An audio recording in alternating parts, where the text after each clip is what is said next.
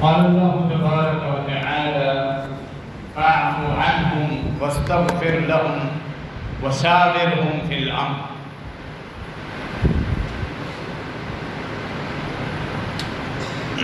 سورہ آل عمران کی ایک آیت مبارکہ کا ایک حصہ آپ کے سامنے تلاوت کیا ہے. اس میں اللہ رب العالمین نے اپنے پیغمبر جناب محمد رسول اللہ صلی اللہ تعالی علیہ وآلہ وسلم کو ایک حکم دیا ہے کہ بعض آپ کے معاملات میں جو جنگی معاملات ہیں یا مدینے میں رہائش کے کچھ معاملات ہیں جن کا تعلق وحی اور شرعی احکامات کے ساتھ ابھی جڑا نہیں، ان معاملات میں آپ اپنے ساتھیوں سے مشورہ لے لیا کریں، ان سے آپ مشورہ کریں، اور جس پر آپ کا دل مطمئن ہو جائے اس کے بعد آپ ان مشوروں پر عمل کریں. وَشَاوِرْهُمْ فِي الْأَمْرِ. پہلے اللہ نے فرمایا کہ آپ کے صحابہ سے جو آپ کی شان کے متعلق بالخصوص گاؤں گوڑ سے آنے والے خانہ بدوش بدوی وہ نبوت کے آداب سے واقف نہیں ہوتے، جس میں نبوت کی شان کے مطابق وہ آپ سے گفتگو اور معاملات نہیں کرتے، آپ درگزر کرتے رہے. فاعف عنہ، آپ درگزر کریں اور پھر سب کے لیے استغفار کرتے رہے. فاعف عنہم واستغفر لہم، سب کے لیے استغفار کریں. وہ بھی انسان ہیں، وہ بدوی یا آپ کے صحابہ بشری تقاضوں کے تحت کبھی ان سے بھی اونچ نیچ ہو جائے، وہی اترتی تھی، اللہ تنبیہ کر دیتا تھا، ان کی اصلاح کرتا تھا. نبی علیہ السلام بھی ان کی اصلاح فرماتے، لیکن حکم یہ ہوا کہ آپ ان سے درگزر کیجیے، ان کے لیے استغفار کریں. واستغفر لہم، یعنی آپ اللہ سے دعائیں کرتے رہیں، اللہ میرے ان صحابہ کو جو مجھ پر ایمان لائے ہیں اور میرے دین کو انہوں نے قبول کر لیا ہے اور اس دین کے لیے انہوں نے اپنا سب کچھ لٹا بھی دیا ہے، ان کو تو معاف کر دے، ان کو تو بخش دے. نبوت کی زبان سے جن کے لیے بخشش کی دعائیں نکلتی رہیں، بڑے خوش نصیب صحابہ کرام. پھر حکم دیا گیا آپ ان سے مشورے بھی لیتے رہے. وَشَاوِرْهُمْ فِي الْأَمْرِ.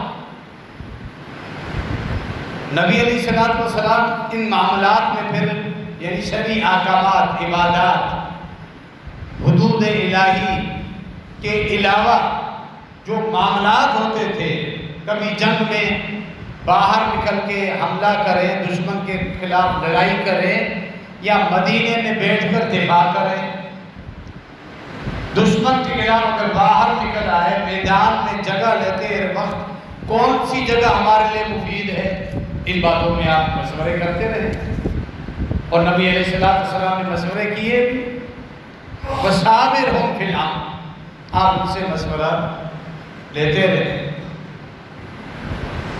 مشاورت کرنا یہ ایک بہت بڑی خوبی ہے. نبی علیہ السلام کی قائدانہ زندگی، پوری زندگی قائدانہ ہے. حکمرانوں کے لیے، امراء کے لیے سیکھنے کے لیے سب سے بہترین اور بنیادی سنہری پہلو اللہ کے نبی علیہ السلام کی زندگی کے اندر موجود کہ اگر آپ کو ذمہ داری ہے، آپ چند لوگوں کے اوپر ذمہ دار ہیں، مسئول ہیں، امیر ہیں، خلیفہ ہیں، حکمران ہیں، عہدے دار ہیں، رعایا کا کچھ حصہ آپ کے ماتحت ہے، ان کو کیسے چلانا ہے. خاتم النبیین صلی اللہ علیہ وسلم کی زندگی کا یہ پہلو، اپنی رعایا کے ساتھ معاملات کس طرح چلانے ہیں، اس پہلو کا مطالعہ کریں، وہ پڑھ لیں. قرآن نے جو واقعات بیان کیے جنگوں کے اور کچھ معاملات کے، اور صحیح احادیث میں جو سیرت کا یہ پہلو ملتا ہے وہ بھی پڑھ لیں.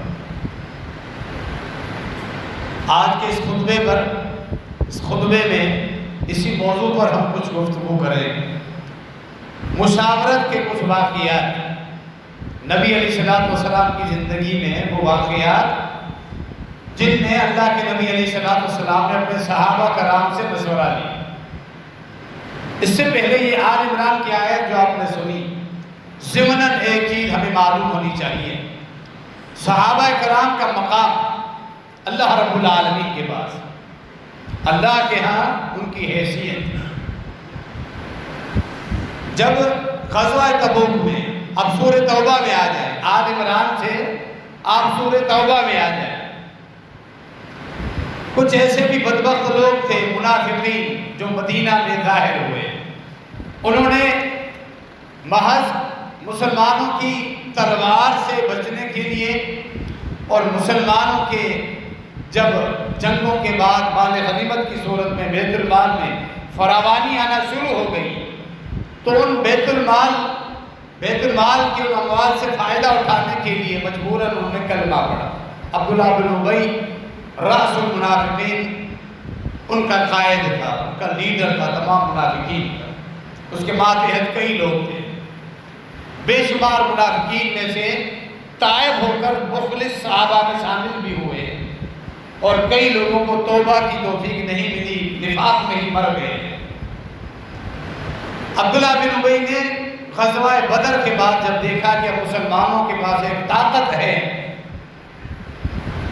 تو پھر اس نے اپنے ہم نواؤں کے ساتھ یہ پالیسی چلی، اپنا پیکرہ تبدیل کیا اور اسلام کا کلمہ پڑھ لیا۔ پھر مسلمان ہو کر وہ مسلمانوں کو، نبی علیہ السلام کو، اسلام کو نقصان پہنچانے کی کوششیں کرتے رہے، ان کی پوری زندگی اسی میں گزر گئی۔ غزوہ تبوک سورہ توبہ میں ذکر ہے، یہی منافقین صحابہ کرام کو جب مال لانے کا حکم ہوا تبوک کے سفر کے لیے، کسی کے پاس سواری نہیں اور کسی کے پاس نیزہ نہیں، تلوار نہیں، ڈھال نہیں، زرہ نہیں، سفر کے لیے بھی مال چاہیے، صدقات کرنے کا حکم ہوا، بعض صحابہ عبد الرحمن بن عوف رضی اللہ عنہ جیسے، عثمان غنی رضی اللہ تعالیٰ، انصار جو بڑے بڑے باغات والے تھے، ابو طلحہ رضی اللہ عنہ، خوب مال لے کر آئے، خوب مال جمع کر رہے ہیں۔ کچھ غریب صحابہ تھے، انہوں نے اس چیز کو عذر نہیں بنایا کہ ہمارے پاس مال نہیں ہے، صدقہ ہم پر فرض نہیں، حالانکہ عذر بن رہا تھا، عذر تھا، سبب تھا، وہ صدقہ نہ کرتے، مخلوق ہے، غریب ہے۔ لیکن انہوں نے جب اللہ رب العالمین کی طرف سے حکم ہوا، نبی علیہ السلام نے خود اعلان فرمایا، سیدنا ابو مسعود انصاری، انصار صحابہ میں سے، کہتے ہیں ہمارے پاس صدقہ کرنے کے لیے کچھ نہیں تھا، ہم گئے، جب تک سفر کی تیاری ہوتی، قافلہ نکلتا، ہمارے پاس 2-3 دن تھے، ہم نے ان 2-3 دنوں میں مزدوریاں کی، بازار میں جا کر لوگوں کے سامان اٹھائے، اور اس طرح مزدوری کرنے کے بعد جو ہمیں اجرت ملی، 1 سا، آدھا سا، 2.5 کلو کے برابر، 1.5 کلو کے برابر، 1 کلو کے برابر، آدھا کلو کے برابر، ایک مد کا بھی ذکر ہے جو آدھا کلو کے برابر، ہم کو اناج اور غلہ نبی علیہ السلام کے سامنے جمع کرتے رہے تاکہ اللہ رب العالمین اور اللہ کے نبی علیہ السلام کے حکم پر عمل کرے۔ منافقین نے دیکھ کر کہا، جنہوں نے کثرت کے ساتھ صدقات کیے، اتنے زیادہ صدقات، عثمان غنی رضی اللہ تعالیٰ نے 100 اونٹ دے دیے، پوری 1000 سونے کی اشرفیاں لائے، نبی علیہ السلام کے حوالے کر دی۔ صحیح بخاری کہ میں یہ معروف الفاظ ہیں، اللہ کے نبی علیہ السلام اشرفیوں کو اپنے مبارک ہاتھوں میں لے کر پسلتے رہے، ہاتھوں میں لے کر فرمایا، ما در عثمان ما عمل بعد، آج عثمان نے وہ عمل کر دیا ہے، پوری زندگی اگر عثمان کے خاتے میں اگر اب نیکی نہ آئے، وہ کوئی عمل نہ کرے، اللہ نے ان پر جنت واجب کر دی، وہ جنتی۔ اتنی بڑی خوشخبریاں صحابہ کرام سے۔ منافقین وہ اپنا تجزیہ کرتے ہیں، یعنی منافقین کی یہ عادت اب تک موجود ہے وہ وحی الہی ہے۔ قرآن حدیث کی نصوص کے مقابلے میں اپنی عقل اور لوگوں کی مشہور کردہ باتوں کے حساب سے ہی چلتے ہیں۔ انہیں نہ قرآن کی پرواہ ہے، نہ اللہ کے نبی علیہ السلام کی احادیث کی پرواہ۔ وہ یہ دیکھتے ہیں کہ لوگ کیا کہہ رہے ہیں اور ہم کیا سمجھ رہے ہیں، وہی ان کو دین لگتا ہے۔ آج بھی منافقین کا یہی طرز عمل ہے۔ بھلے اللہ کے نبی علیہ السلام نے فرمایا، صحیح بخاری کی حدیث ہے کہ قرب قیامت تمہیں دین صرف مدینے میں ملے گا۔ اس حدیث کو بھلا کے منافقین آج اس کا کردار کیا ہے کہ ان عرب کے خلاف جتنا زہر اگل سکو وہ بھولو، جتنا جھوٹ تم پھیلا سکتے ہو پھیلاؤ۔ انہیں اللہ کے نبی علیہ السلام کی احادیث سے کوئی سروکار نہیں۔ اس طرح بے شمار ہے دجال کے خلاف لڑنے والے یہی عرب لوگ، وقت طویل کا قبیل، تو ان کی حقانیت واضح ہوتی ہے۔ لیکن پھر احادیث کو چھوڑ کے ہم ایسے منافقین بھی ہمارے سامنے موجود ہیں جو اپنی ذاتی رائے کو ہی ترجیح دیتے ہیں۔ بہرحال اس وقت بھی منافقین نے ایسے کیا، کہنے لگے جو زیادہ مال لے کر آئے یہ ریاکاری کر رہا ہے، ما فعل هذا الا ریاء، یہ تو لوگوں کو دکھا رہا ہے سو اشرفیاں، اتنے اناج اور غلہ جمع کروا رہے ہیں، ریاکاری۔ اور جو ایک مٹھی میں آدھا کلو لے کر آتا، چھولی میں کچھ لے کر آتا، وہ کہتے اس پر بھی تبصرہ کرتے اللہ کو کیا ضرورت ہے تمہارے آدھا کلو، اس تھوڑے سے صدقے کی اللہ کو کیا ضرورت، سب کو ٹوکنے لگے۔ اللہ رب العالمین نے ان منافقین کے بارے میں فرمایا جنہوں نے پیغمبر اکرم صلی اللہ علیہ وسلم کے صحابہ کرام کے متعلق طعن و تشریح کا انداز اختیار کیا۔ فرمایا استغفر لهم او لا تستغفر لهم، یہ جو منافقین ہیں جو پیغمبر اکرم صلی اللہ علیہ وسلم کے صحابہ، آپ کے اہل ایمان مخلص صحابہ پر انگلیاں اٹھاتے ہیں، میں ان کو معاف نہیں کروں، یہ اللہ کا واضح اعلان ہے۔ جب تک وہ خود تائب نہ ہو جائیں آپ ان کے لیے استغفار نہ کریں، حتیٰ کہ ان تستغفر لهم 70 مرۃ فلن یغفر اللہ، اے میرے محبوب صلی اللہ علیہ وسلم اگر آپ ان کے لیے 70 مرتبہ بھی استغفار کریں میں انہیں معاف نہیں کروں گا۔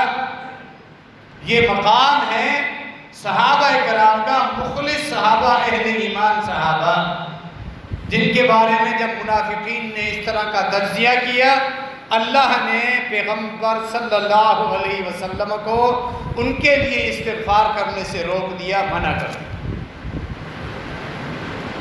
لیکن ان صحابہ کرام کے بارے میں کیا فرمایا؟ سورہ آل عمران میں دوبارہ آ جائے فاعف عنہم، آپ کے مخلص صحابہ سے اگر کچھ اونچ نیچ ہو جائے آپ درگزر کرتے رہیں، واستغفر لہم، ان کے لیے آپ استغفار کریں۔ کتنا فرق ہے جو منافقین تھے اور مخلص صحابہ کرام۔ منافقین کے لیے استغفار کرنے سے اللہ نے قرآن اتار کے روکا، منع کر دیا، اور آپ کے مخلص صحابہ کے لیے اللہ نے اپنے پیغمبر کو حکم دیا نہ صرف ان سے درگزر کریں اور ان کے لیے استغفار کریں بلکہ ان سے آپ مشاورت بھی کریں۔ ایک عہدیدار، ذمہ دار حکمران مشاورت کن سے کرتا ہے؟ جن پہ اعتماد ہو، جو مخلص ہو، جو خاص ہو، آپ کے قریبی ہوں، جو خیر خواہ ہوں، انہی سے مشورہ ہوتا ہے۔ بد خواہوں سے مشورہ تھوڑی ہوتا ہے، جو آپ کے اندر سے دشمن ہو، آپ کے گھر والوں کے دشمن ہو، آپ ان سے مشورہ کریں گے؟ نہیں۔ وشاورہم فی الامر، آپ ان سے مشورہ کرتے ہیں۔ ان میں صحابہ کرام کی سعادت شان۔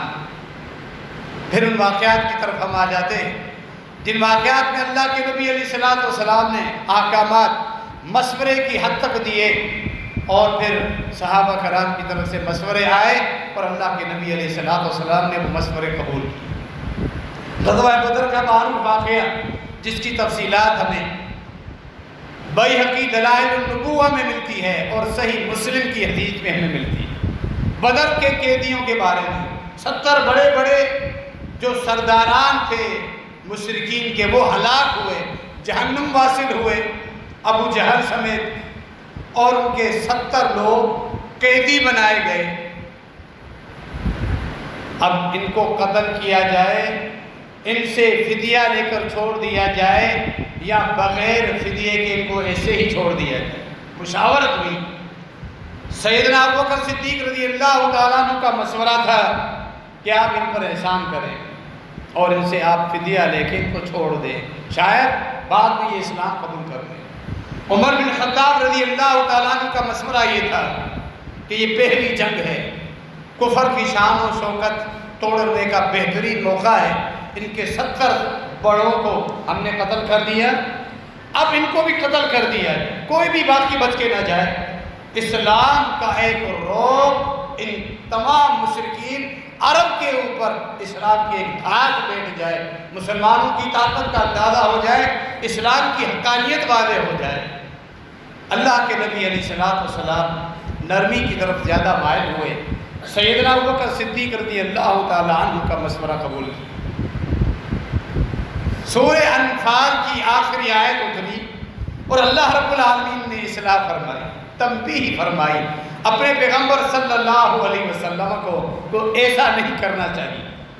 یہ کفار جن کے خلاف یہ پہلا معرکہ ہوا، اس جنگ میں بہترین موقع تھا کہ ان کو ختم کر دیا جاتا، اسلام کی دھاک بیٹھ جاتی تمام عرب قبائل کے اوپر۔ تو ان کو قتل کرنے کا مشورہ اللہ کو پسند آیا، عمر بن خطاب رضی اللہ تعالیٰ عنہ کا مشورہ۔ اللہ نے تنبیہ بھی فرما دی، لیکن اس کے باوجود فدیہ لے کر جو چھوڑنے کا عمل تھا اللہ نے اس کو قبول بھی کر دیا، لیکن اللہ نے مشورہ جس مشورے کو ترجیح دی وہ عمر بن خطاب رضی اللہ تعالیٰ عنہ کا مشورہ تھا۔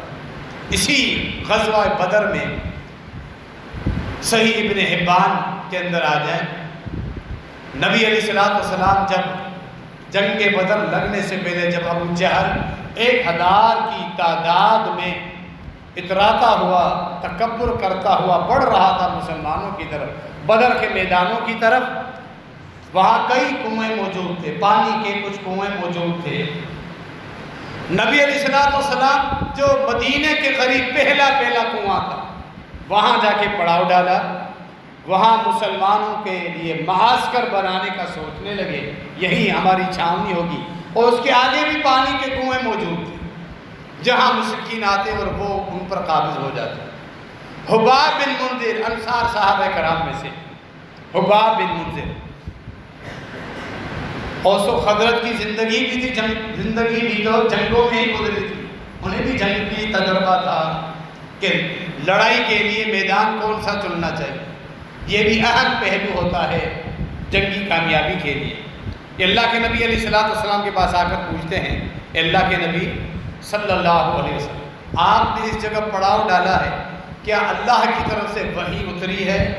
اگر یہ اللہ کی طرف سے وحی اتری ہے اس جگہ کے لیے، لا نتقدم ولا نتأخر، پھر ہمارا یہ حکم اللہ کا ہے جس کے ہم پابند ہیں، اس علاقے سے 1 انچ بھی نہ آگے جائیں گے نہ پیچھے جائیں گے، پھر یہ شرعی حکم، ہم یہی پڑاؤ ڈالیں گے۔ لیکن اگر یہ آپ کی جنگی حکمت عملی ہے تو میں ایک مشورہ آپ کو دینا چاہتا ہوں، آپ آگے بڑھیے، ابھی کنویں موجود ہیں، یہ مدینے قریب بدر کے علاقے میں مکے کی جانب سے آنے والوں کے بعد جو آخری کنواں ہے آپ وہاں جا کے پڑاؤ ڈالیں، سارا پانی پیچھے مدینے کی طرف آ جائے، ان کے لیے کوئی پانی کا کنواں باقی نہ بچے، ہم پانی بھی پئیں گے، اپنی ضروریات بھی پوری کرتے رہیں گے جنگ کے دوران، اور وہ کفار پانی کے قطرے کے لیے بھی ترس جائیں گے، جو پانی ساتھ لائیں گے وہی ہوگا، یہاں ان کو پانی نہیں ملے۔ اللہ کے نبی علیہ السلام نے مشورہ سننے کے بعد فرمایا، لقد اشرت بالرأی، یہ ہوا تم نے بہترین مشورہ دیا، یعنی میرا یہ ذاتی عمل تھا، اللہ کی طرف سے کوئی حکم نہیں آیا، تیرا مشورہ مجھے پسند آیا اور مجھے قبول ہے۔ فوراً دوبارہ اعلان فرمایا کہ یہاں سے پڑاؤ ختم کیا جائے، ہم آگے بڑھیں گے اور چھوٹے چھوٹے جہاں کنویں ہیں آخری کنویں پر جا کے ہم پڑاؤ ڈالیں، اور پھر ایسا ہی اس طرح مشاورت کرتے تھے، صحابہ کرام کے مشورے آتے تھے اور اللہ کے نبی علیہ السلام مشورے قبول کرتے جاتے تھے۔ اللہ نے جو کامیابیاں دی، اللہ نے دین کو غالب کرنا تھا، لیکن اللہ نے جو اسباب بنائے، اللہ نے قرآن میں بھی ان اسباب کا ذکر فرمایا۔ هو الذی ایدک بنصرہ ونصر المؤمنین، وہی اللہ ہے۔ هو الذی ایدک بنصرہ وبالمؤمنین، اللہ نے آپ کی خصوصی مدد کی آپ کے دین کو غالب کرنے کے لیے، اور اسی طرح دین کو غالب کرنے کے لیے اللہ نے آپ کو ایسے مخلص ساتھی دیے جن کی وجہ سے آپ کو کامیابیاں مل رہی۔ کامیابی تو اللہ کی طرف سے تھی، دین تو غالب آنا تھا، وہ آیا، پوری دنیا میں پھیلا، اس کی حقانیت آج بھی موجود ہے۔ انکار کرنے والے محض ہٹ دھرمی کی بنا پر انکار کر رہے۔ قرآن کی حقانیت، اسلام کی حقانیت، محمد بن عبداللہ محمد الرسول اللہ صلی اللہ علیہ وسلم کی نبوت کی صداقت اور آپ کا خاتم النبیین آخری نبی ہونا، یہ ساری صداقتیں لوگ مشاہدہ کر چکے ہیں۔ اب انکار کرنے والا صرف ڈھیل اور ہٹ دھرم اور باپ دادا کے مذاہب اور مسالک کی اندھی تقلید کرنے کے علاوہ اور کوئی باقی نہیں بچا۔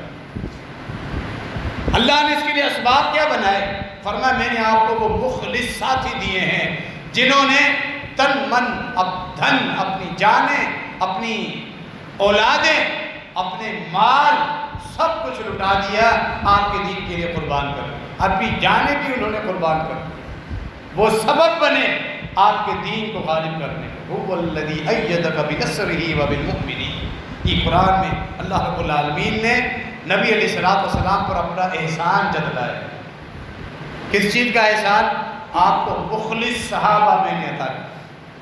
صحابہ کرام کا مقام، اللہ کے ہاں ان کا مقام، ان کی حیثیت، ان کا درجہ۔ غزوہ خندق میں پریشانی بڑی تھی۔ غزوہ خندق یا غزوہ احزاب، دو نام ہیں اس غزوے کے۔ اس نام سے پوری سورت بھی نازل ہوئی ہے، جس کے ابتدائی 3 رکوع اس میں خندق کا جو نقشہ ہے، دشمنوں کا جو حملہ ہے اور ڈر اور خوف کی جو کیفیت تھی مدینہ منورہ میں، اللہ تعالیٰ نے اس چیز کا ذکر فرمایا ہے۔ کیا کیا جائے؟ اب 2 طرف سے پہاڑی گھاٹیاں ہیں، دشمن کے لیے راستہ بڑا مشکل تھا، وہاں سے دشمن آتا اور حملہ کرتا۔ سامنے ایک راستہ ہے، کھلا میدان، مدینہ منورہ کے سامنے وہ آ سکتے تھے۔ کیا کیا جائے؟ بڑا لشکر جس میں غطفانی قبائل، عرب قبائل، یہودی سارے قبائل مل گئے، مشرکین کے ساتھ سب مل گئے اور مسلمانوں پر آخری زوردار حملہ کرنے کے لیے تیار ہے۔ سلمان فارسی رضی اللہ تعالیٰ عنہ، معروف یہ واقعہ ہے، انہوں نے مشورہ دیا۔ ہم اہل فارس کے ہاں ایک جنگی تجربہ یہ تھا، فارس کے تھے، ایران کے تھے، جو پہلے مجوسی تھے، آپ کو پوجتے تھے، ان میں سے نکل کے آئے تھے، مدینہ منورہ کے قریب آئے، نبی علیہ السلام سے ملاقات ہوئی، تجربہ تھا، باقی ادیان پڑھ کے آئے تھے سلمان فارسی۔ ان ادیان کی روشنی میں نبی علیہ السلام سے سوالات کیے، تصدیق کی آپ اللہ کے سچے نبی ہیں اور اسلام میں شامل ہو گئے۔ مشورہ کیا کہ اس طرح کی حالات میں جب جنگیں ہوتی تھی تو دشمن کو روکنے کے لیے ہم خندق کھودتے تھے، بڑے بڑے گڑھے کھود دیتے تھے کہ جس کے بعد دشمن آگے ان کو تجاوز نہیں کر سکتا۔ پہلے آئے دشمن، اس کے اندر گھسے، پھر اس کے کنارے پر چڑھے، جب تک ہمارے تیر دشمن تک پہنچ جاتے تھے۔ یہ مشورہ اللہ کے نبی علیہ السلام کو بہت پسند آیا، اور پھر ایک لمبی گہری خندق کی کھدائی شروع ہوئی، جس میں بھوک بھی تھی، پیاس بھی تھی، سخت سردی بھی تھی، کھانے کے لیے کچھ نہیں تھا۔ بڑی بھوک کے بعد کسی گھر سے جو کچھ آ جاتی، آٹا جو کا بغیر چھنا ہوا، پرانا رکھا ہوا تھوڑا جس میں سے ہیک آتی رہتی، باسی سالن کا شوربہ آ جاتا، اسے روٹیاں جو کو بھگویا جاتا اور صحابہ کرام تناول فرماتے۔ پیٹ پر پتھر باندھ کے صحابہ کرام نے اس خندق کی کھدائی کی، خود نبی علیہ السلام بھی اس کھدائی میں شامل تھے اور پیٹ پہ پتھر بندھے ہوئے۔ یہ ساری قربانیاں اللہ کے دین کو غالب کرنے کے لیے، رب کی توحید کو غالب کرنے کے لیے، خود بنفس نفیس اللہ کے نبی علیہ السلام خود شریک تھے، آپ کے صحابہ بھی آپ کے ساتھ شریک تھے۔ اسے ہی توحید، یہی دین، آج اسی دین کی حفاظت کی اب بھی ضرورت ہے۔ جن کے لیے اللہ کے نبی علیہ السلام نے بھوک، مشقت، تکلیفیں برداشت کی، غزوہ احد میں دشمن کے حملے میں گر گئے، اور جو خود پہنی تھی ہیلمٹ، زرہ کے ساتھ لوہے کا ہیلمٹ جو ایک سپاہی پہنتا ہے، نبی علیہ السلام کی یہاں کن پٹی والی جگہ پہ کی جو کڑیاں تھی وہ اندر چلی گئی، اور سامنے والا جو دانت ہے وہ آدھے سے ٹوٹ گیا۔ یہ سارے زخم کھائے رب العالمین کی توحید کو نافذ کر رہے ہیں۔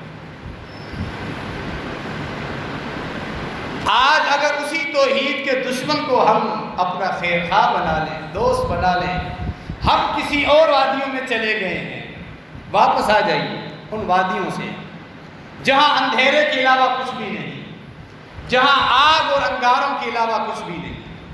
آپ نے مجوسیوں کو سنا جو آگ کو پوجتے تھے، آج بھی یہ باطل اپنی حقانیت ثابت کرنے کے لیے جب قرآن نہیں ہے، دلائل نہیں ہے، تو شعبدہ بازیوں کے ذریعے وہ انگاروں پہ چل کے آپ کو دکھاتے ہیں ہم حق پر ہیں، کیونکہ قرآن نہیں، ان کے پاس کوئی اور راستہ باقی بچا نہیں۔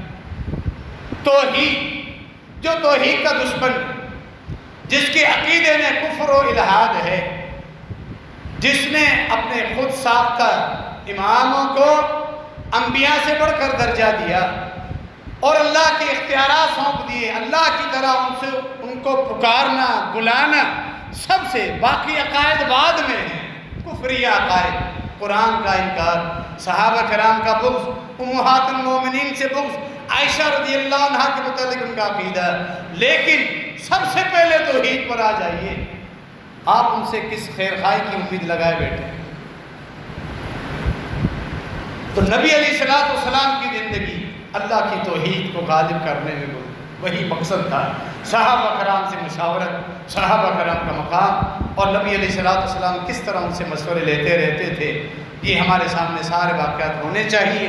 اللہ رب العالمین ہمیں صحیح معنی میں دین سمجھنے، اس پہ ثابت قدم رہنے کی توفیق عطا فرمائے۔ ہم سب کا خاتمہ خالصتاً توحید اور اس دین پر ہو جو دین اللہ کے نبی علیہ السلام پہ اترا، اور جو دین صحابہ کرام نے امت تک پہنچایا، اور اہل حق کے ساتھ، صحابہ کرام کے ساتھ اللہ رب العالمین قیامت کے دن ہمیں ملا دے۔ وہ بڑا غفور رحیم ہے، معاف کرنے والا ہے، بڑا مہربان ہے۔ آمین۔ وما علینا الا البلاغ۔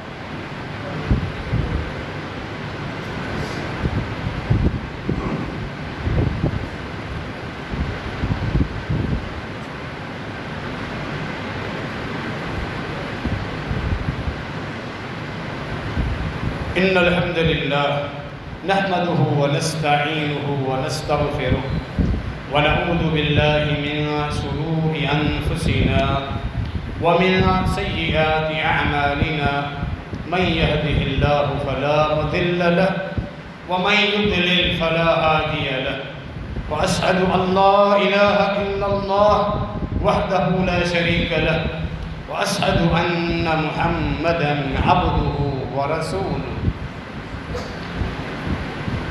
غزوہ طائف میں جب دشمن اپنے قلعے کے اندر محصور ہو گیا، غزوہ طائف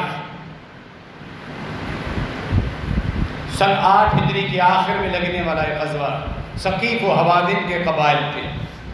کئی دن مسلمان کوشش کرتے رہے کہ قلعہ فتح کیا جائے، دشمن اندر سے تیر پھینکتا رہا، صحابہ کرام کچھ زخمی بھی ہوئے، لیکن ابھی تک قلعہ فتح نہیں ہو رہا تھا، وقت کافی جا رہا تھا۔ نبی علیہ السلام نے مشورہ کیا، صحابہ کرام کو بلایا، کیا اس دشمن سے ہمیں کسی نقصان کا خدشہ ہے کہ ہمارا وقت جا رہا ہے اور قلعہ بھی فتح نہیں ہو رہا؟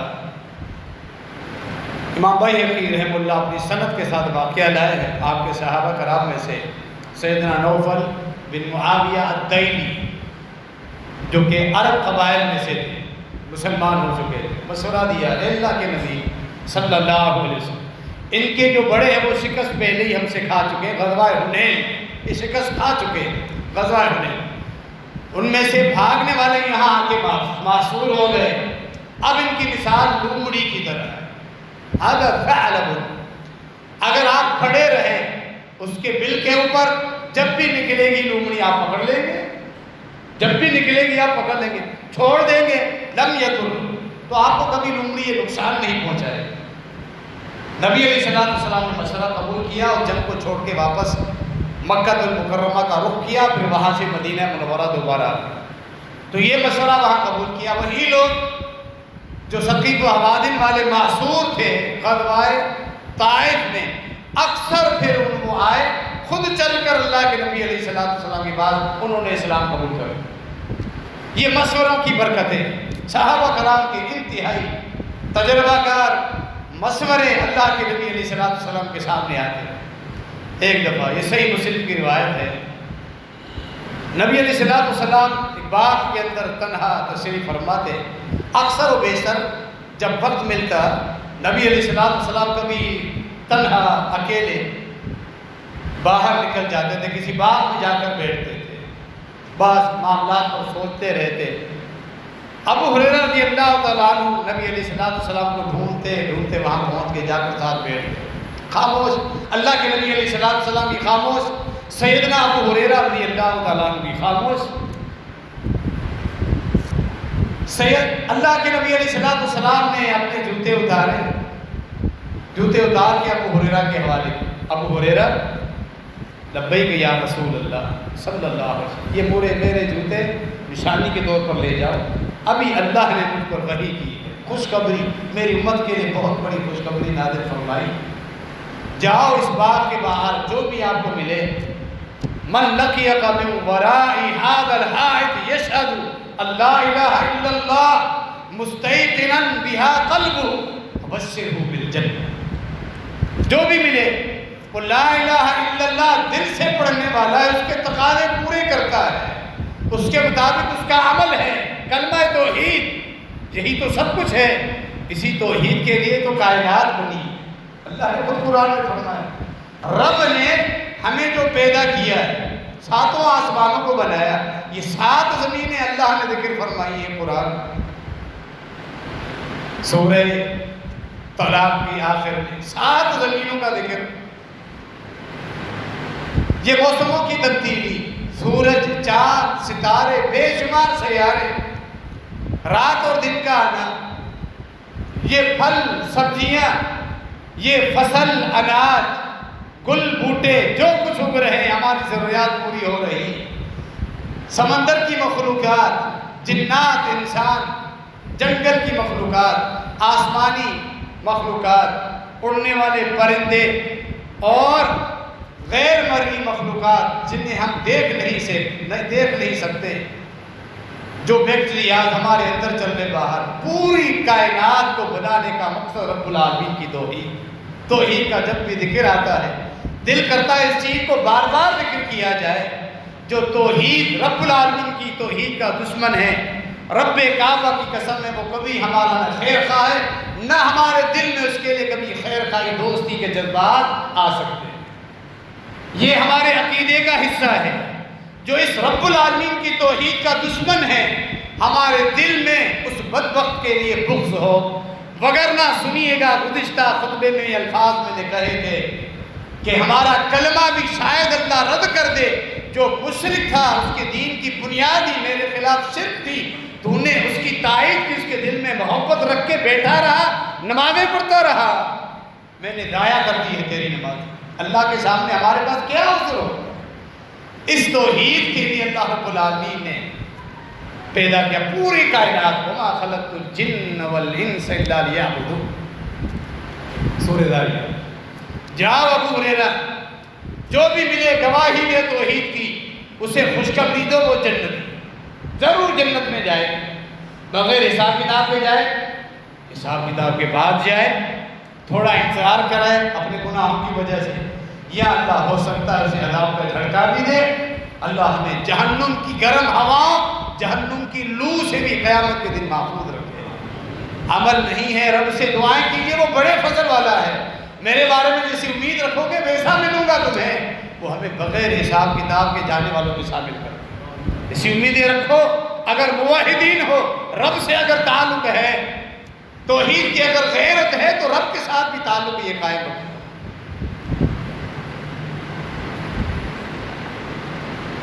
وہ جنت میں ضرور جائے گا، توحید کے تقاضے پورے کرتا ہو۔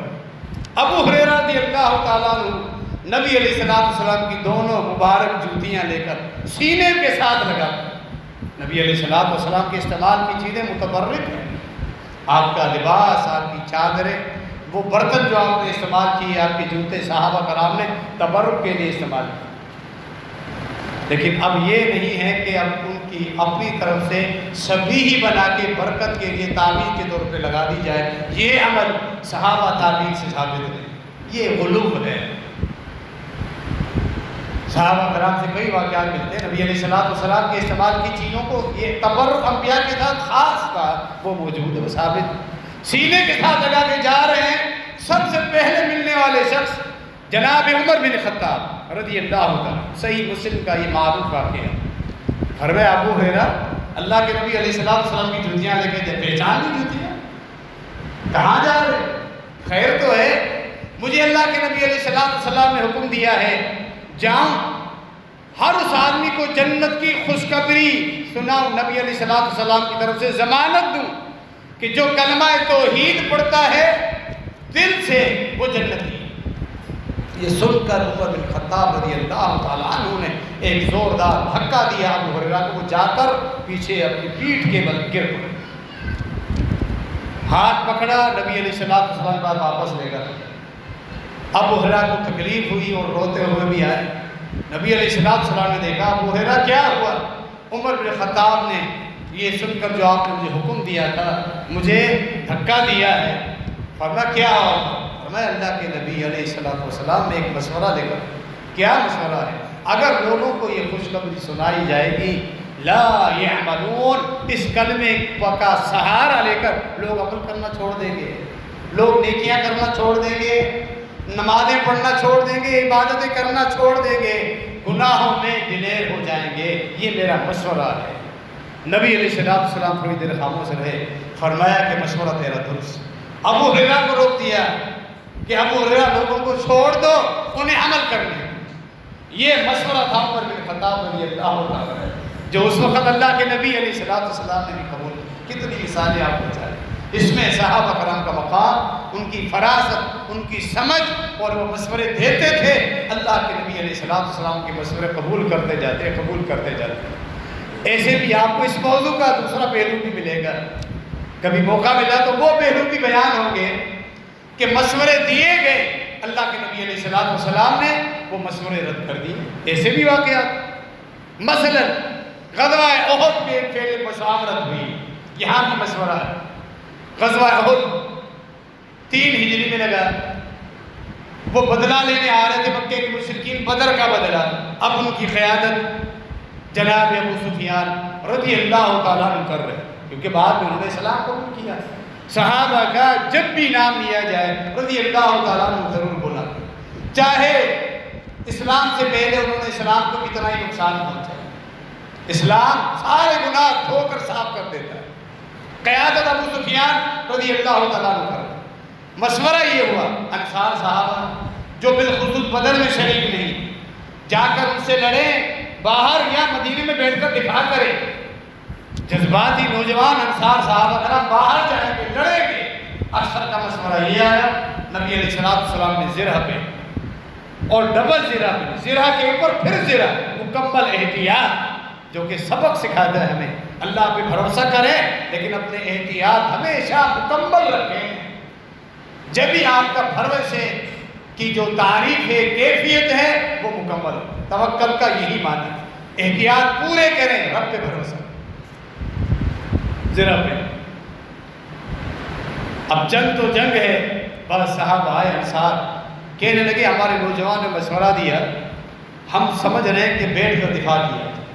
پہلا مشورہ قبول کیا کہ باہر چلنا ہے، کل قبول کر لیا مشورہ، اب مشورہ آیا بیٹھ کر دفاع کرنا ہے۔ فرمایا اب نہیں، اللہ کے انبیاء کی یہ شان ہے، جب لڑائی کے لیے وہ زرہ پہن لے، وہ گھر میں اب بیٹھیں گے، میں نے زرہ پہن لی ہے، میں زرہ اتار دوں، یہ نبی کے شایع نشان نہیں، جو زرہ میں نے دیکھی دوبارہ اتاروں گا نہیں، اب چلنا حکم کہ آگے صحابہ کرام تیار ہو، مشورہ دیا، نبی علیہ السلام نے وہ دوسرا مشورہ قبول نہیں کیا، صحابہ کرام ساتھ چلے، یہاں تفصیل کا وقت نہیں، اسی کا فائدہ اٹھایا عبداللہ بن ابی نے، کہنے لگا ہمارا مشورہ قبول نہیں کیا گیا، 300 اپنے منافقین کو واپس لے کر آئے، 700 صحابہ کرام بچ گئے تھے جنہوں نے احد کی لڑائی کی۔ اللہ رب العالمین ہم سب کو توفیق عطا فرمائے، ہم صحیح معنی میں اللہ کے نبی علیہ السلام کی سیرت کا مطالعہ کریں، جو صحیح اصل دین ہے، توحید اور سنت، اس کی ہمیں سمجھ میں آ جائے۔ صحابہ کرام کا مقام جنہوں نے دین کی امانت کو محفوظ کیا، امت تک پہنچایا، ان سے ہمیں محبت ہو جائے، جن سے خود اللہ کے نبی علیہ السلام مشورے کرتے تھے بے شمار معاملات میں۔ اس موضوع کے بے شمار واقعات رہ گئے ہیں، اللہ نے توفیق دی تو یہ باقی واقعات بھی انشاءاللہ کبھی بیان کیے جائیں گے۔ اللہ رب العالمین ہم سب کے گناہ معاف فرما دے، اللہ رب العالمین ہمیں دین کی صحیح سمجھ عطا فرمائے۔ درس قرآن و حدیث آج بعد نماز مغرب جامع مسجد امیر حمزہ رضی اللہ عنہ میں میرا درس ہونا ہے۔ سیدنا اسرا مبشرہ میں سے ایک صحابی